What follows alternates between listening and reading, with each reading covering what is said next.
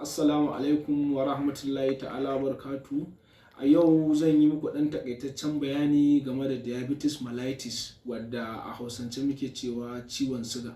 Ita wannan cuta ta ciwon siga ana samun ta ne yayin da aka auna ɗan adam aka ga adadin siga ɗin da yake jikinsa ya wuce normal range. Dalilan da suke kawo wannan ciwon sigan ko kuma abubuwan da zaka gani ka tabbatar da kana da wannan ciwon sigan. Na farko, yawan cin abinci wanda yake da carbohydrate ɗinsa ya wuce 80% over 100, shi ma yana kawo wannan cuta ta diabetes mellitus. Sannan akwai lack of exercise, shi ma yana kawo diabetes mellitus, da yanayin sauye-sauyen abinci da rashin yin balanced diet. Alamomin da zaka gani kuma wanda za su tabbatar maka da kana da wannan cuta domin neman magani, zaka inga jin kana yawan yin ƙishirwa ko kuma yawan yin fitsari.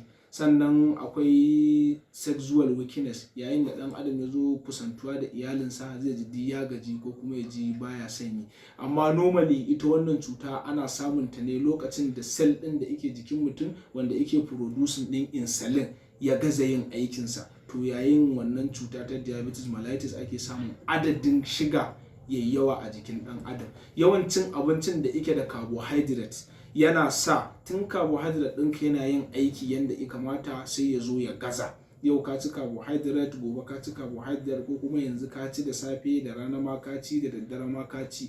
To tun wannan cell ɗin yana producing ɗin insulin.